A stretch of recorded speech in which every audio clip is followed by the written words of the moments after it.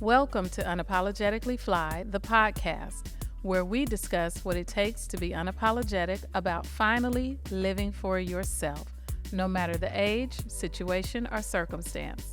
I'm your host, Renee Mitchell-Simpson, the self-love and happiness coach and founder of Well Diva Lifestyle and Travel.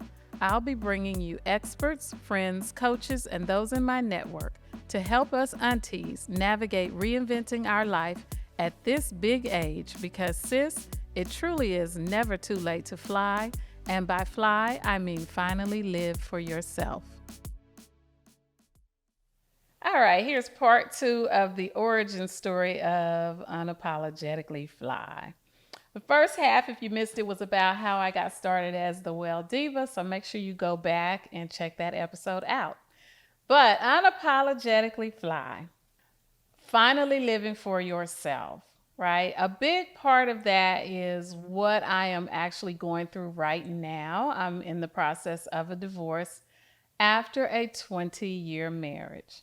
And, I've noticed I'm hearing more and more lately of people doing this. And hopefully I can be a good example of how to get through it, because when I hear people going through divorce, the next thing I hear is it's so hard, it's so difficult. And it doesn't have to be as hard and difficult as people tell you it is. Before I did it, I went back and forth for a long time. And that whole narrative of it's going to be difficult in mind, creating fear. And I'm here to tell you, it just doesn't have to be quite as bad as what people would have you think it is, okay? I got married in, '03.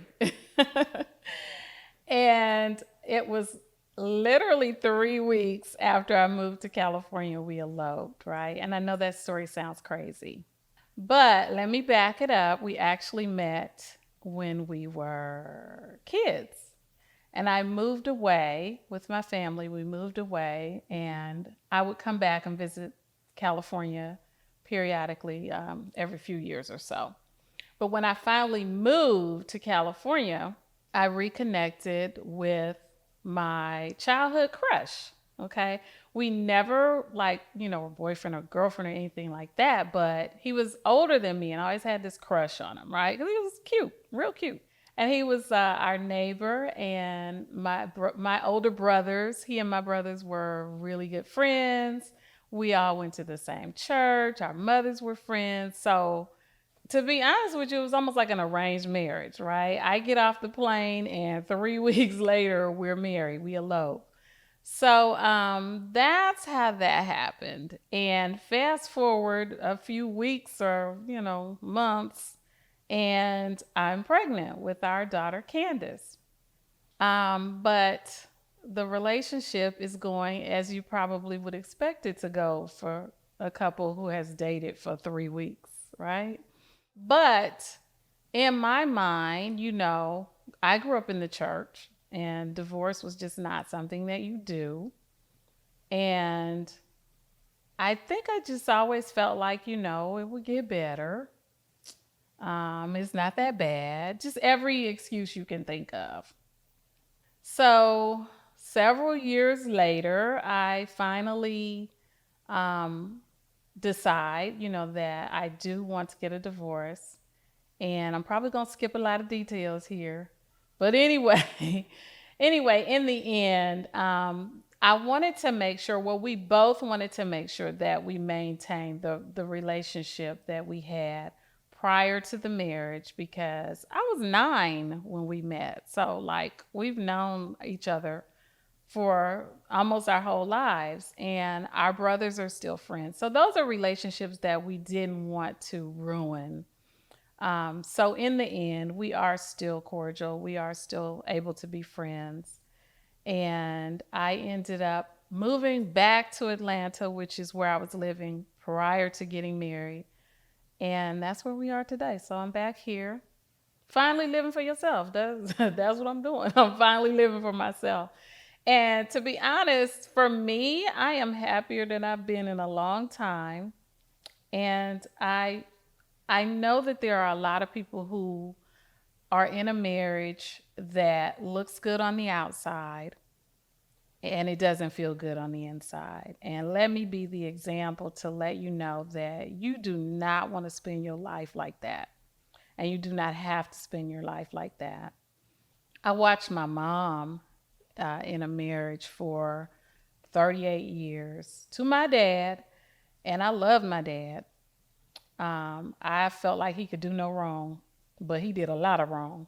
And I knew of a lot of the wrong that he did, but for me, I just always felt like, I'm not in that relationship. So I was able to maintain a relationship with my dad without bitterness, even though I saw the things that went on in their relationship.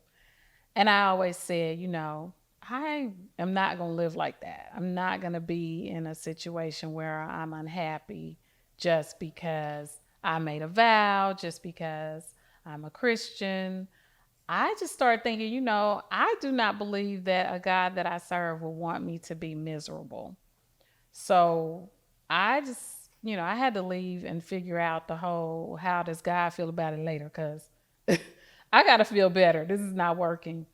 And then in all my study of your emotions and the relationship to your physical well-being, I was not trying to be sick by suppressing my feelings and staying in something that just was totally not working. So I'm here to say that I hope he's happy. I believe he's happy. I don't know, but I know I am, and I know I feel good. And physical things in my body that have been bothering me have started to go away. So, I'm feeling good about it. So I hope, again, that I can be the example to the woman or the man who is in a relationship that you feel like, okay, I've invested all these years. I'm 55. So I've invested all these years and I'm in my 50s now, I'm in my 60s, I'm in my 70s, whatever age you are, if you're not dead, you got some life left. So make sure you do whatever you got to do to enjoy it. Okay? So that's part 2, and I'll see you next time. Thank you so much for listening to another episode of Unapologetically FLY. I hope you found something in this episode that inspires you to finally live for yourself. We all know someone afraid to live their dream and chronically complaining about some part of their life. Be a blessing and send this to that person. And make sure you write a review wherever you're tuned in and subscribe so we can make the world a better place, one fly auntie at a time. See you on the next episode.